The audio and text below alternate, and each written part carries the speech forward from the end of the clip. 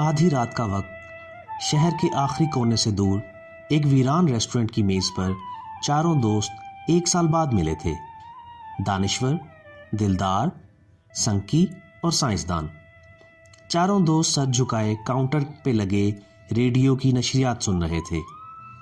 नए साल की आमद में मुख्तलिफ किस्म के प्रोग्राम नशर हो रहे थे। प्रोग्राम मेज़बान की पुरजोश आवाज़ उन सब तक पहुंच रही थी। बिल आखिर दानिश्वर ने खामोशी तोड़ी। क्या है आने वाले साल में जो पिछले साल में नहीं था? बल्कि मैं तो कहूँगा हर दिन पिछले दिन जैसा ही होता है। तो एक दिन से दूसरे दिन को इतना मुख्तलिफ क्यों समझा जाता है? वैसे ही सूरज निकलता है, हर घंटा 60 मिनट का ही होता है। धूप, छाँव, अंदर बाहर, ऊंच नीच सब वैसी ही होती है। तो ये किस बात की हु हा मची होती है? यानी मेरे कहने का मतलब है, क्या इस दिन गरीब को भूख नहीं लगती, या सेठ का ब्याज नहीं बढ़ता, या धूप में ठंडक और छाँव में गर्मी आ जाती है? नहीं ना। तो फिर किस बात की न्यू ईयर? साइंसदान ने उसकी तरफ ताईद भरी नजरों से देखा और अपने चश्मे के शीशे को अपनी नेकटाई से साफ करते हुए बोला, हाँ, मैंने भी बहुत सोचा है कि नया साल क्या होता है, इसकी क्या साइंसी वजह हो सकती है। लेकिन ये तो महज वक्त नापने का एक तरीका है। अगर हम कोई और कैलेंडर इस्तेमाल कर रहे होते तो इस दिन की बजाय कोई और दिन न्यू ईयर नाइट मना रहे होते। देखा जाए तो हमारा कोई भी दिन एक जैसा नहीं होता, क्योंकि हमारी जमीन तो खलाए बसीत में मुसलसल महवे सफर है। हम अपनी जिंदगियों में कभी भी इस कायनात में दोबारा उस जगह नहीं जा सकते जहां से हम एक दफा गुजर आए हैं। इस दौरान वेटर खामोशी से आया, चाय के 4 कप और एक प्लेट में केक के 4 टुकड़े रखकर जाने लगा तो संकी ने उसे टोका, ओ भाई, हमने तो केक का ऑर्डर नहीं दिया, तो ये क्या है? वेटर ने वजाहत की, सर ये होटल की तरफ से है नए साल की खुशी में। संकी ने हाथ हवा में लहराया और बोला, लो जी, इनको भी नए साल की खुशी चढ़ गई है। ओ भाई, खुशी किस बात की? हर साल पहले से भी बुरा आता है।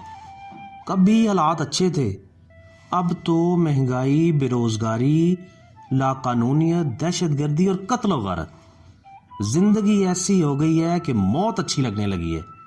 देख लेना, अगले साल लोग इस साल से भी ज्यादा खुदकुशियां करेंगे।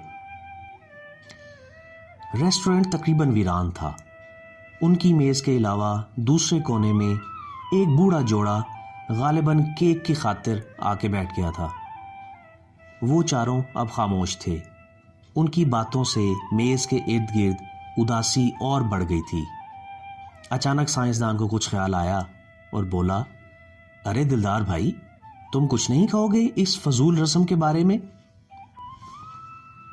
दिलदार ने अपने सर्द होते हाथों को आपस में तेजी से रगड़कर गर्म किया और अपने चाय के कप को दोनों हाथों के शिकंजे में लपेटकर मुंह से एक जोरदार सड़प की और अपनी चुस्की का मजा लेते हुए बोला,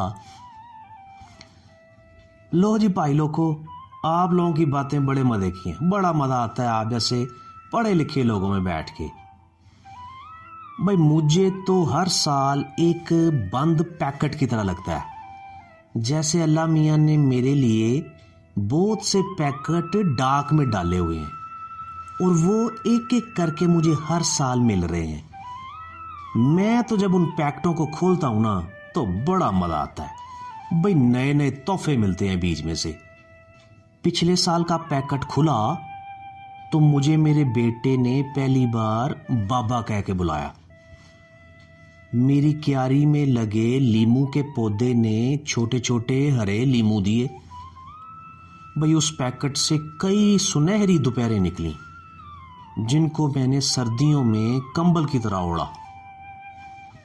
फिर एक लंबा सफर निकला जो मैंने अपनी बीवी और बच्चों को दे दिया। 15-20 शामें जो मैंने आप जैसे दोस्तों में बांटी। कुछ बेमौसमी बारिशें थी जिनके बहाने से काम से जान छूटी। 1-2 हादसे भी निकले। एक को दिल पर रोका लेकिन दूसरा रूह का कुछ हिस्सा लेकर ही गया। बेटी के कद में 5 इंच और निकले तो बेटे की पहली बोली के बोल। बीवी के साथ तकरार की घड़ियां कुछ कम निकली तो शुक्र की बजाय मुझे फिक्र हुई कि मोहब्बत कहीं कम तो नहीं हो गई हम दोनों की। रिश्तेदारों के गिले भी कुछ कम निकले। बाद में पता चला कि कुछ रिश्तेदार ही कम रह गए हैं। इतना कहकर दिलदार सांस और चुस्की लेने को रुका और फिर बोला, तो दोस्तों, मुझे तो कुछ अंदाजा ही नहीं कि साल क्या होता है। मैं तो बस नया पैकेट खोलने की खुशी में खुश हो जाता हूं कि देखो इस बार इसमें से क्या निकले। तो आप सबको भी नया पैकेट मुबारक हो। देखें इस साल में आपके लिए क्या है।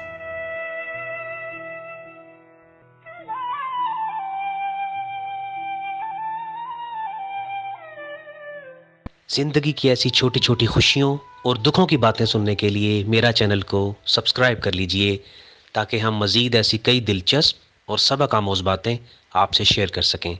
शुक्रिया।